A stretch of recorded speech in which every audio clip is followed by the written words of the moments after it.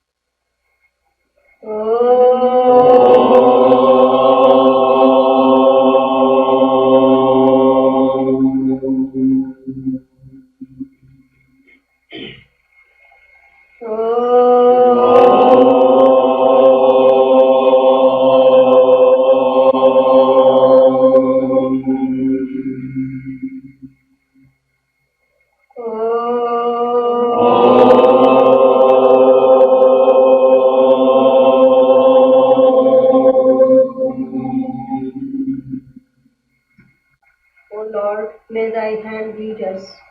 O Lord, may thy hand lead us From the unreal to the real. from the unreal to the real, From darkness to light. from darkness to light, From death to immortality. from death to immortality. May all be happy. May all be happy. May all be peaceful. May all be peaceful. May all be enlightened and cultured. May all be enlightened and cultured. May all attain perfection. May all attain perfection. May peace be established in the three bodies of man. May peace be established in the three bodies of man. May peace be established in the three worlds. May peace be established in the three worlds. May peace be established everywhere. May peace be established everywhere.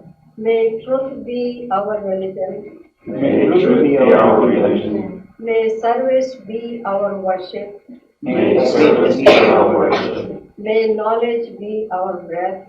May knowledge be our breath. May word be our family. May world be our family. May yoga and meditation be our way. May yoga and meditation be our way. May our eyes see happy and noble things. May our eyes see happy and noble things. May our ears hear happy and truthful words. May our ears hear happy and truthful words. May our tongues be sweet and truthful. May our tongues be sweet and truthful. May our bodies be divine instruments. May our bodies be divine instruments. May noble thoughts come to us May noble thoughts come to us from all corners of the universe. from all corners of the universe. May we never leave God. May we never leave God. May God never leave us. May God never leave us. Oh, peace and love. Oh, peace and love. Oh, peace and health. Oh, peace and health. Oh, peace and enlightenment. Oh, peace and enlightenment.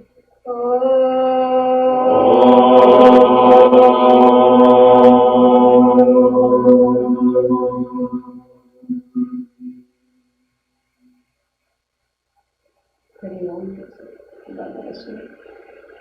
Please don't mind my harsh way because I am that.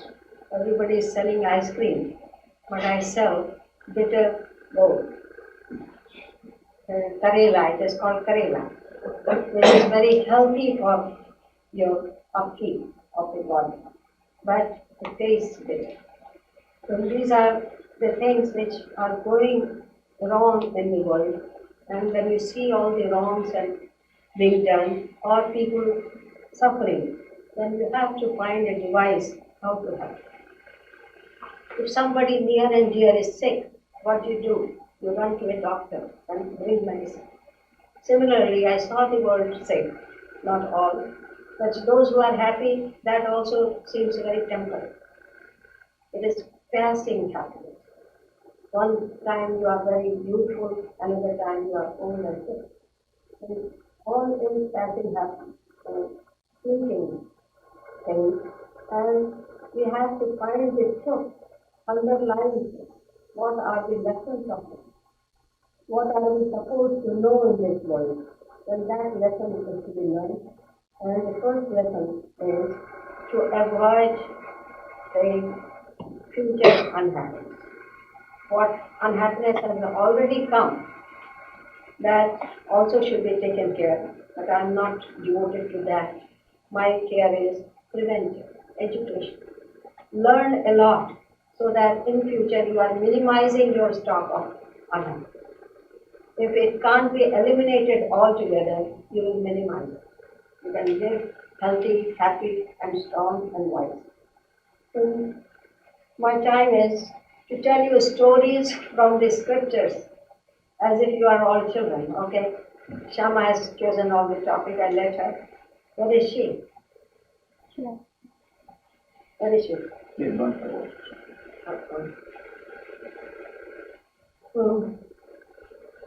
Well, stories only give you a message. Stories are not stories, but messages. For example, in India, it has become a very great tradition to tell stories, divine stories.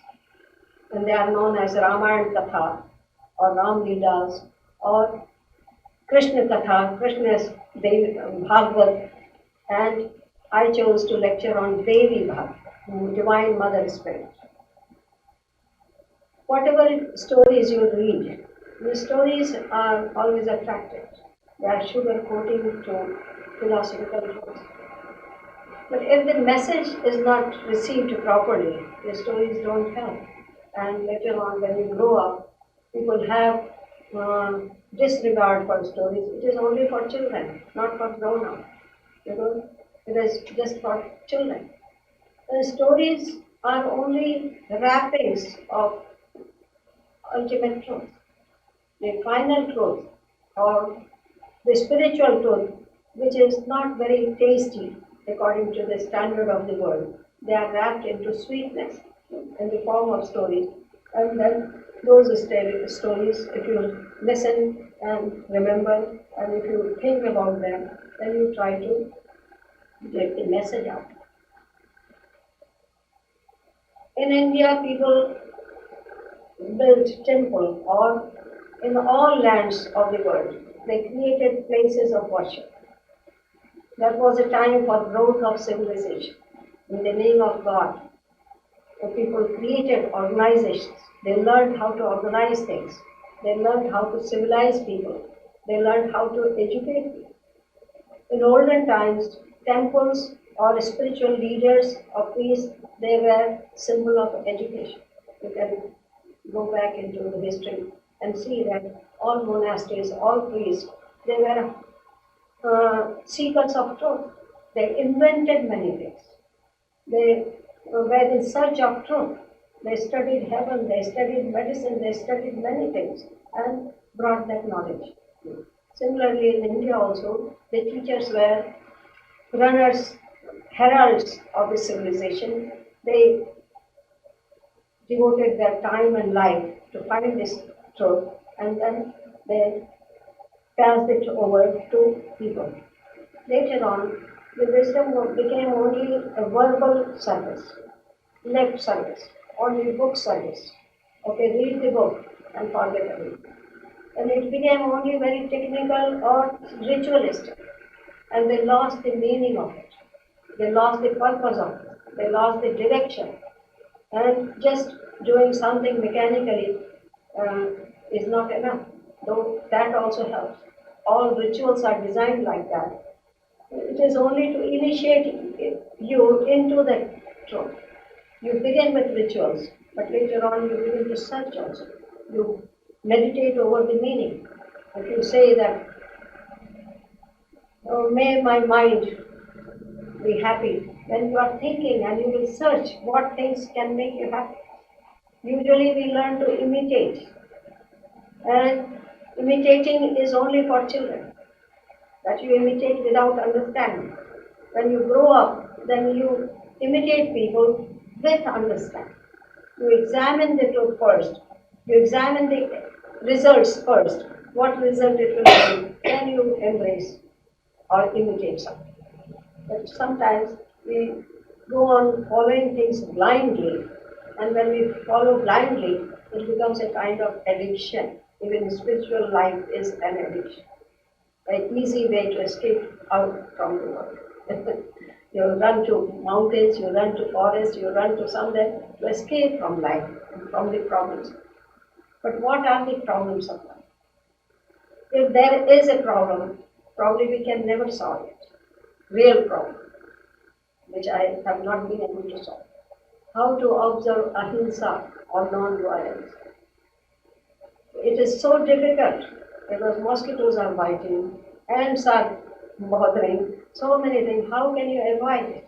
And highest thinking, or you cannot avoid many problems, but you can do your best always. Minimize all the problems. You can cut short the problems. The Vedic teachings give you a message that may you see 100 seasons in your life. What is this message? May you see 100 Purnimas, full moons in your life. And how will you see 100 or 100 not 100 Purnimas. Purnimas come only once a month or 12 times a year. And 100 multiplied by 12 becomes how much? 1200. May you see 1200 moons in your life. Or may you see 100 seasons, 100 springs in your life. That is the life story that you must learn to live a good span of life in a healthy body. If body is weak, I think we should depart as fast as we can. But if the body is maintained properly, then it will be good to learn all from the world and then multiply it or add your knowledge with it and give it back to the society so that future generation benefits. A span of human life is considered to be 100 years, though I have heard that many people have lived longer than 100, 120, 130, 140, 150 also. That is the true story. Otherwise, I have heard many rumors also. Somebody was 700-year-old proclaimed. And then same year, I was in Bombay and he died. Then I started wondering that how come 700 couldn't live few hundred more also like that. But it is all gossip or rumors travel. Many things are just exaggeration. But real span of human life is fixed for 100 years, just like we know that how long cats and dogs live, generalization. And how to live happily on this earth, as long as you are here, you should be happy. Is there any departure? And that departure date also should be considered. That sometime we have to depart. Then what should be taken care of? Before departing, we should do something, some preparations, then depart. And what is after departure? Nobody comes back to tell you, but you can know it by yourself. It's like watching children. You see that children are very different from each other. Some are very violent, some are very calm and quiet. Why this difference? Even two children of the same mother are different. One is expert in some line and the other is expert in some line. Some have some bad qualities, some have different bad qualities. Then we see the differences in children. And from that we get the idea that all are not alike. What is the reason we are not alike? And we have to go back for they are bringing some impressions from the womb or by birth they are different. What caused the difference? And we have to consider all those points and know that there was a past before coming to the womb. There was a past, and that's why they are different. If we all go to different colleges, different schools, we all grow up different. You go to different cities, different states, you feel different. You behave differently, you talk differently, your accent also changes. And everything changes according to the local customs, local environment, and children pick up from them.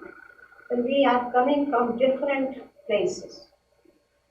Before birth, we were somewhere else, and that memory stays in a subtle form in the mind of the child. And that's why they begin to manifest those qualities differently. Some are very spiritual, some are very material, some are very mechanical minded, some are very green, some have green mind, so many types of. And people go to different fields in their life. And this puzzled me in my childhood. How come somebody goes to farming, somebody goes to engineering line, somebody becomes painter, all have different inclinations. It means we had a different past. And what lessons you did in your past lives and where you left it incomplete, that lesson you have to start in this life and complete your lessons. And we have left unfinished lessons in our lives, and we are here to complete those lessons. And how to complete? You can complete it only when you are alive, healthy, happy, and resourceful. What is peace? Everybody wants peace. Everybody wants happiness. But what is happiness? And what is peace? And you have to search. When I read the scriptures, I found the stories are very enlightening and there is an occult meaning to it. For example, I always quote that think of Ram and his father, Dasharath, or something. And every word has got a meaning. Every name has got a meaning. Every name unfolds philosophy. Dash means 10 and Rath means wheels or chariot, vehicle. This body is known as the 10-wheeled chariot. And 10-wheeled chariot is called Dasharath. And Dasharath had a son and his name was Ram. And this body can bring you, or something is buried within you, in your heart. And that is Ram, that is Christ, that is God, that is soul. And you have to recover your soul. You have to reclaim your soul. And stories are read in the beginning, but when you grow up, when you begin to meditate over those things. In childhood, when I meditated on Ram, then sometime I would be able to remember or see the face and the whole form as it is pictured or it is told in stories. But later on I'll see that it disappears. There is nothing left. Nothing was there. Then what is that? Why Ram disappears? He comes and then he goes away. He comes and goes away. He comes and goes away. What is that? Well, now I can explain to you because these are all yogic teachings, yogic wisdom. But yoga makes you a better person by making you aware what you are, who you are. Then you are a body, you are mind, you are emotion, you are a spirit, you are soul, and how to see your soul, how to know the qualities of your mind, that becomes the subject of yoga, which I teach in the 4 forms: Karma Yoga, Bhakti Yoga, Raj Yoga, and Jnana. Karma Yoga means yoga of action, activity. The world will not run smoothly if everybody becomes idle or just sits down and meditates. If I have to meditate, I'll meditate in my grave. When I go to my grave, and I will meditate because I'll have plenty of time. Every night I am meditating. When I sleep, it is a kind of meditation. You are withdrawing yourself within yourself. Morning hours are best for meditation. Early in the morning. You must meditate early in the morning. Close your eyes because you are fresh. You are coming from a far off land and try to meditate at that time so that the energy which you got when you were fast asleep, that stays with you or it is multiplied so that you can face the challenges of day for 8 hours or 10 hours when the day brings. And daytime is reserved for Karma Yoga, morning is reserved for Dhyana Yoga or meditation and spiritual practices. What you have to memorize, you must memorize early in the morning. What you have to learn, you must learn early in the morning. Because daytime doesn't help you much. Daytime, your mind is loaded with memories, past events, what you have done yesterday and what you have to do today. It is loaded with past, present, and future. You have future anxieties, you have present, which demands your time, and you have past, which gives you guidance or makes your day good or bad. And these things are on your mind and they make your mind very heavy. You can't free your mind from the effects of past, present, and future. Your mind is enmeshed with the past, present, and future. And you cannot meditate good, though people do meditate. But that is advised only for those people who are beginners.